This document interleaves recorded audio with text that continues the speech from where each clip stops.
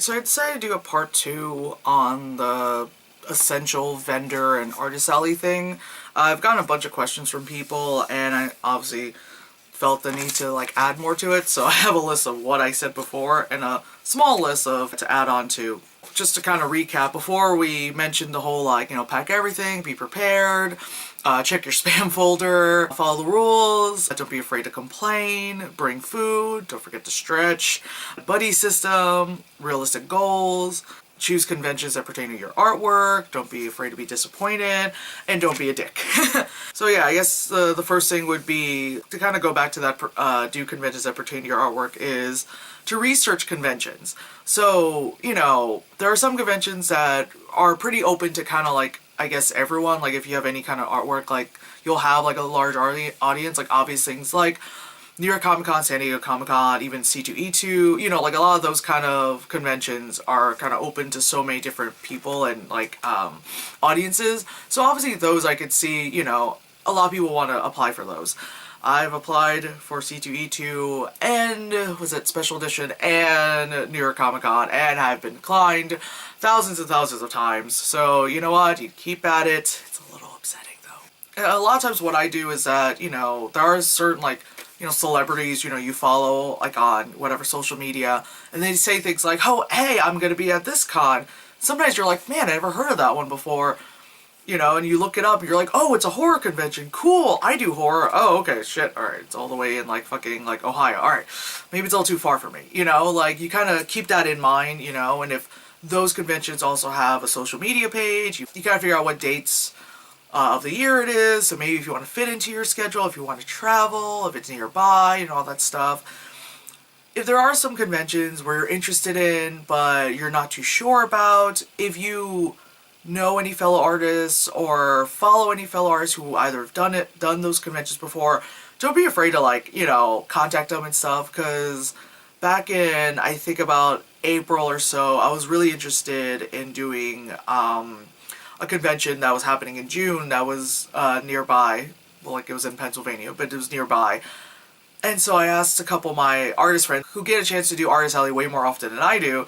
I asked them, how is that con? It was via pictures, it looks great, it looks like it's very, exciting and all that stuff. And they got back to me and said, you know what, we stopped doing it because the convention seemed to not care about, artists. They are constantly pushing the Artist Alley further and further, back, so people have a hard time finding them. And I'm like, okay, never mind.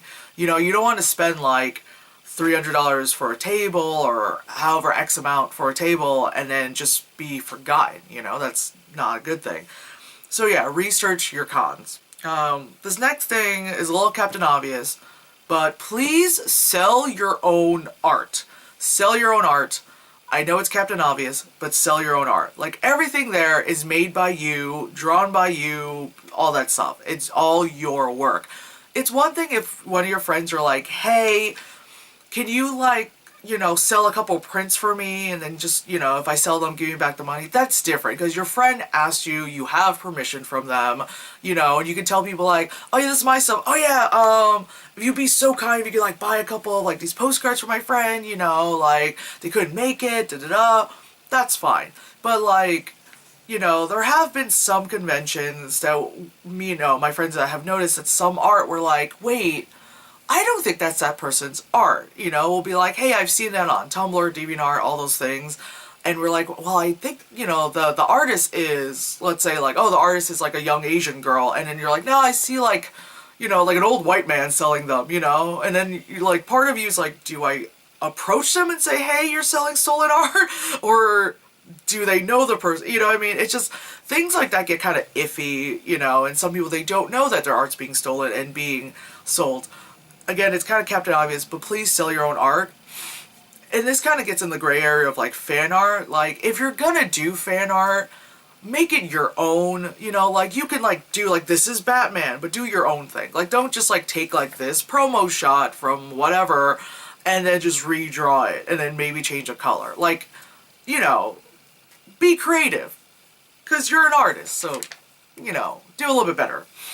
So next thing I'm gonna move on to, I guess, is your setup for your table or booth or whatever. So one of the things I have is a banner. Actually, I have two banners. I have one that's on at the back, and then I have one that's attached to the table.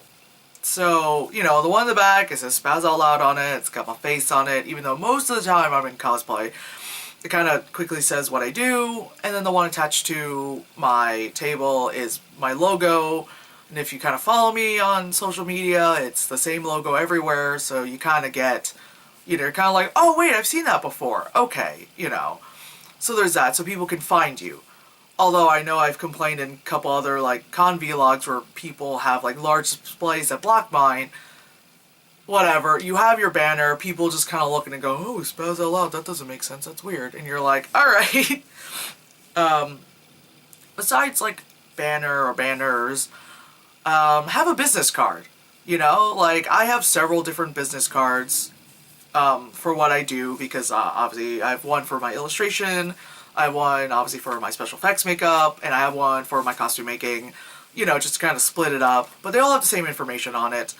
And if you don't have like physical business cards, at least have like your information, you know, like printed out. So if people are like, do you have a business card? Be like, oh, here's all the stuff. And then you take a picture of it, you know, has your name, your social media stuff, your email, you know, like your website if you have one, if you have an online store, all that stuff. So people are like, oh, cool, that's how I contact you. Like, pretty much what I'm saying is have a way for people to get in touch with you again. So with your setup, you know, if you're having prints or whatever, have a way to kind of like display your prices. Whether for me, I have like a little price tag next to every print, or you put up a sign that it's a general that says like prints are $10 each, or 3 for $20 or something, you know, like do that because, you know, in the geek world, we're very socially inept at times. So people sometimes don't want to ask, you know, how much things cost. Also, you know, you don't want someone to feel bad to be like, hey, how much is that? And you're like, oh, this is $20. And then be like, oh, okay. And you don't want the person selling it to feel bad just because you're like, yeah, it's $20. The person walks away and it's like, shit, is my price too high? Wait, do they not have money? Damn, are they mad at me? You know, like, it's a little bit too much like anxiety happening there, but it does happen. So just kind of have your price so people know like, oh, hey, you know, I've had people go like, dude, it's only like $5, get it, you know, like, all that stuff. And then, yeah, so that's a lot easier. It's, you know, a way so they know how much it is, so they know to go back to it. And most people, they'll say hi to you, they'll look at your prices, and then they can keep moving on, because they'll be like, well, we'll look around once. That's what my friends and I do. We'll, like, go around and look at things, unless it's something we're like, oh my god, that's what I was looking for. And then we'll go back and be like, alright, I want to go back to that booth, because they were selling that thing I want, and I want to go back to that one, because you don't want to, like, go and buy something, especially in like the dealers thing where like, oh, I bought this, and then you go like 2 tables over, they're selling the same thing for like half the price, and you're like, shit, you know. Not saying that, you know, as artists we'll sell the same prints, but I'm just kind of giving an example there. I guess like the last few things is one, have something that you keep your money in. Again, it's kind of Captain Obvious. Most people have like, you know, like a little money box. Some people have like a fanny pack, something, or like a you know, little binder or all that stuff. Just something where you can keep all your money in, and you keep an eye on it, and it's either on your person or at, like close to you, you know, as best as possible. Because, you know, if you like put your money box somewhere over and people are able to reach in it, you know, if you put down your fanny pack for a second or it's wide open, you know, like, just keep your eye on your money, you know, just because we don't want anyone to be like, oh my god, I had a great con weekend, like I sold blah blah blah, I made so much money, and then realizing that it's all stolen. Yeah, so just keep your, you know, eye on your money. I was about to go into like a rap song, but let's just not go there. And then the last thing is have, you know, it's a newer thing, but have like a couple different ways, I guess, for people to pay. Especially nowadays, not everyone carries cash on them, and sometimes they don't carry that much cash. So if they're like, oh, I have $100 in cash, and I spent it all, but there's other stuff I want to buy, and I have more money. Like, I have, like, the Square unit, you know, where you plug it into your phone, or now, like, you can dip the chip thing. Or, you know, I could also take, like, Apple Pay, Android Pay, you know, that kind of stuff. So people are able to pay in different ways. A lot of times, like, that helps garner more sales that way, because I don't know how many times I'll go to a booth and I'll be like, oh, do you guys take cards? And they're like, no. But there's an ATM over there that'll charge you fucking $6, you know, to take out money, and you're like, ah, you know. So I'm just saying, like, sometimes little things like that, it helps out, because for the consumer and then for you as a business person. And of course, as always, don't be a dick.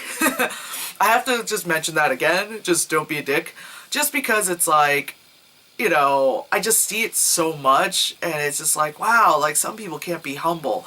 It's don't be a dick and also be humble, because there are times where it's like, I understand, like, you're trying to sell yourself, you know, as an artist, you try to tell them, like, yeah, this is what I do, but also be a little bit humble. Try not to do the whole, like, my life as an artist, like, I've struggled with drawing, and now I've come to this point where, you know, it's a little cocky, and it's like, we understand, we're all here, we can see your talent, you know, like, you don't need to be like, man, when I was little I couldn't even draw a stick figure, but by the grace of God, because I held a pencil every day, I was able to draw these portraits. I'm just saying I heard it, you know?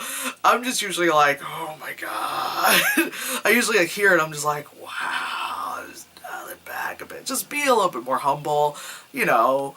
If, you know, you can just say, you know, just in a nonchalant way, like, yeah, it was a lot of practice, but, you know, I've, you know, now I'm able to, like, draw really well. That's fine, but just be like, oh man, and then, like, someone came down and handed me a pencil, and I had to gift to draw. I'm sorry, I can't. It's just this one dude I just kept hearing this whole weekend.